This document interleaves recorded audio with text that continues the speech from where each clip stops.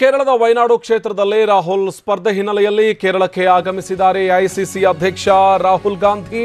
ಹೆಲಿಕಾಪ್ಟರ್ನಲ್ಲಿ ಬಂದಿಳಿದಿದ್ದಾರೆ ರಾಹುಲ್ ಗಾಂಧಿ. ಇಂದು ನಾಮಪತ್ರವನ್ನು ಸಲ್ಲಿಸಲಿದ್ದಾರೆ ಎಐಸಿಸಿ ಅಧ್ಯಕ್ಷ. ಇನ್ನು ರೋಡ್ ಶೋ ಬಳಿಕ ಡಿಸಿ ಕಚೇರಿಯಲ್ಲಿ ಉಮೇದುವಾರಿಕೆಯನ್ನ ಸಲ್ಲಿಸುತ್ತಾರೆ. ಕಲ್ಪೆಟ್ಟ ಜಿಲ್ಲಾಧಿಕಾರಿ ಕಚೇರಿಯಲ್ಲಿ ನಾಮಪತ್ರವನ್ನ ಸಲ್ಲಿಕೆ ಮಾಡ್ತಾರೆ.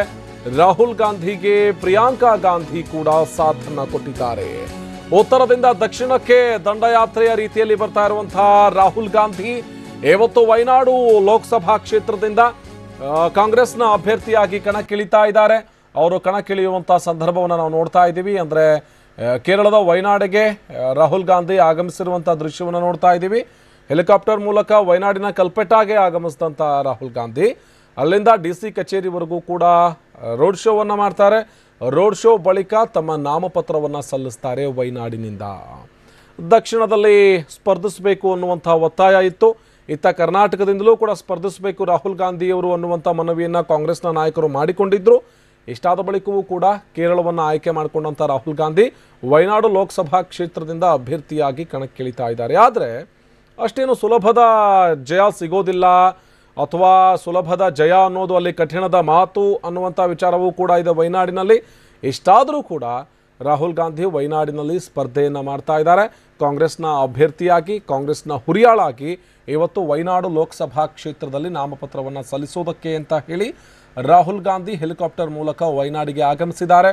ಅಲ್ಲಿಗೆ ಬಂದಂಥ ಸಂದರ್ಭದಲ್ಲಿ ಕಾರ್ಯಕರ್ತರ ಹರ್ಷೋದ್ಗಾರ ಜೊತೆಗೆ ಅಲ್ಲಿದ್ದಂಥ ಒಂದಷ್ಟು ಅಭಿಮಾನಿಗಳ ಹರ್ಷೋದ್ಗಾರವೂ ಕೂಡ ಮುಗಿಲು ಮುಟ್ಟಿತ್ತು. ಡಿಸಿ ಕಚೇರಿಗೆ ತೆರಳುತ್ತಾರೆ. ಡಿಸಿ ಕಚೇರಿಯ ಬಳಿಯಲ್ಲೂ ಕೂಡ ಡಿಸಿ ಕಚೇರಿವರೆಗೂ ಅವರು ರೋಡ್ ಶೋವನ್ನು ನಡೆಸ್ತಾರೆ. ರೋಡ್ ಶೋ ಮೂಲಕ ತೆರಳಿ ಅಲ್ಲಿ ನಾಮಪತ್ರವನ್ನು ಸಲ್ಲಿಸೋರಿದ್ದಾರೆ. ತದನಂತರದಲ್ಲಿ UDFನ ಮುಖಂಡರ ಜೊತೆಗೂ ಕೂಡ ಸಂವಾದವನ್ನು ನಡೆಸ್ತಾರೆ. ಕಾಂಗ್ರೆಸ್ ಕಚೇರಿಗೆ ಭೇಟಿಯನ್ನು ಕೊಡ್ತಾರೆ. ಅಲ್ಲಿ ಒಂದಷ್ಟು ಚರ್ಚೆ, ಮಾತುಕತೆಗಳು, ಪ್ರಚಾರದ ವಿಚಾರವಾಗಿ ಒಂದಷ್ಟು ವಿಚಾರಗಳು ಬಂದು ಹೋಗ್ತವೆ ಅನ್ನುವಂಥ ಮಾತಿದೆ. ಆದರೆ ತದನಂತರದಲ್ಲಿ ನಡೀಬೇಕಾಗಿರುವಂಥ ಕಾರ್ಯಕ್ರಮಗಳ ಬಗ್ಗೆ ಈಗಷ್ಟೇ ಮಾಹಿತಿ ಸಿಗಬೇಕಿದೆ. ಕೇರಳದ ವಯನಾಡಿನ ಕಲ್ಪೆಟ್ಟಾದಲ್ಲಿ ನಾಮಪತ್ರವನ್ನು ಸಲ್ಲಿಸುವುದಕ್ಕೆ ರಾಹುಲ್ ಗಾಂಧಿ ಈಗಾಗಲೇ ಹೆಲಿಕಾಪ್ಟರ್ ಮೂಲಕ ಆಗಮಿಸಿದ್ದಾರೆ.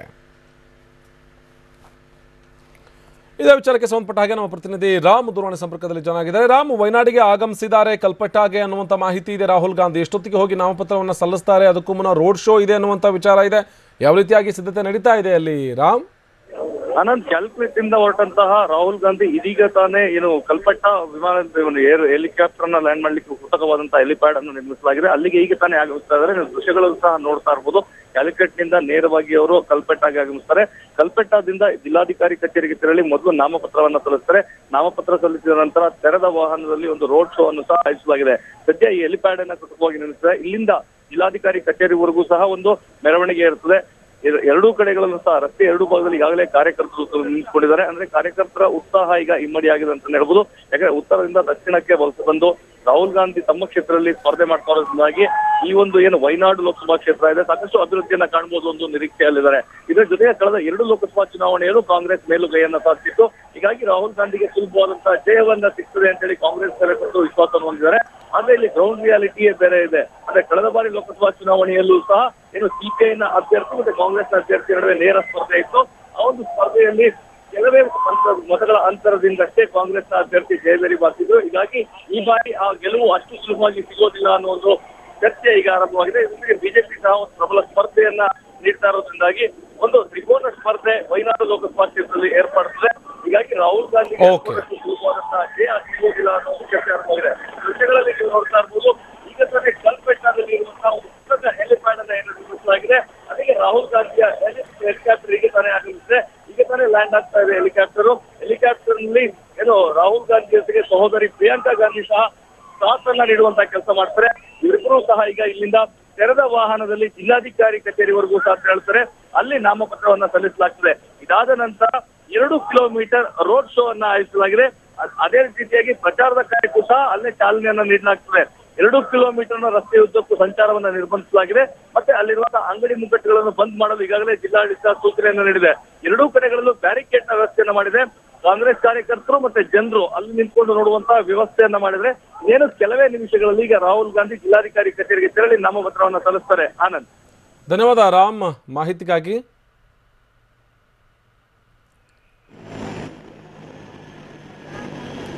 ಇನ್ನು ಹೆಲಿಕಾಪ್ಟರ್ ಮೂಲಕ ರಾಹುಲ್ ಗಾಂಧಿ ಆಗಮಿಸಿರುವಂತಹ ದೃಶ್ಯವನ್ನು ಕೂಡ ನಾವು ನೋಡ್ತಾ ಇದ್ದೀವಿ. ಕಲ್ಪೆಟ್ಟಾಗೆ ರಾಹುಲ್ ಗಾಂಧಿ ಆಗಮಿಸಿದ್ದಾರೆ. ಅಲ್ಲಿಂದ ರೋಡ್ ಶೋ ಮೂಲಕ ಸುಮಾರು 2 ಕಿಲೋಮೀಟರ್ ಉದ್ದದ ರೋಡ್ ಶೋ ನಡೆಯುತ್ತೆ. ರೋಡ್ ಶೋ ಬಳಿಕ ಅವರು ನಾಮಪತ್ರವನ್ನು ಕೂಡ ಸಲ್ಲಿಸ್ತಾರೆ. ಸದ್ಯ ನೋಡ್ತಾ ಇದ್ದೀವಿ ದೃಶ್ಯದಲ್ಲಿ ರಾಹುಲ್ ಗಾಂಧಿ ಅವರಿರುವಂತಹ ಹೆಲಿಕಾಪ್ಟರ್ ಸದ್ಯ ಕಲ್ಪೆಟ್ಟಾಗೆ ಆಗಮಿಸಿದೆ. ಇಲ್ಲಿಂದ ಅವರು DC ಕಚೇರಿವರೆಗೂ ಕೂಡ ರೋಡ್ ಶೋವನ್ನು ನಡೆಸ್ತಾರೆ. ರೋಡ್ ಶೋ ನಡೆಸುವಂತಹ ಸಂದರ್ಭದಲ್ಲಿ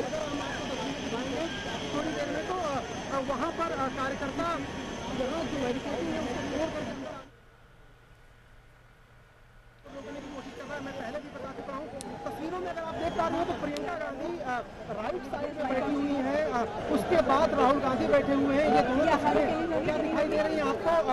अगर दिखाई दे रही हैं तो ये महासचिव और अध्यक्ष दोनों ಸದ್ಯ ರಾಹುಲ್ ಗಾಂಧಿ ವಯನಾಡಿಗೆ ಆಗಮಿಸಿದ್ದಾರೆ. ವಯನಾಡಿಗೆ ಬಂದಿರುವಂತಹ ರಾಹುಲ್ ಗಾಂಧಿ ಅಲ್ಲಿ ನಾಮಪತ್ರವನ್ನು ಕೂಡ ಸಲ್ಲಿಸ್ತಾರೆ. ಸುಮಾರು ಕಿಲೋಮೀಟರ್ಗಳವರೆಗೂ ಕೂಡ ಅವರು ರೋಡ್ ಶೋವನ್ನು ನಡೆಸ್ತಾರೆ. ಅಲ್ಲಿ ಶಕ್ತಿ ಪ್ರದರ್ಶನ ಕೂಡ ನಡೆಯುತ್ತೆ.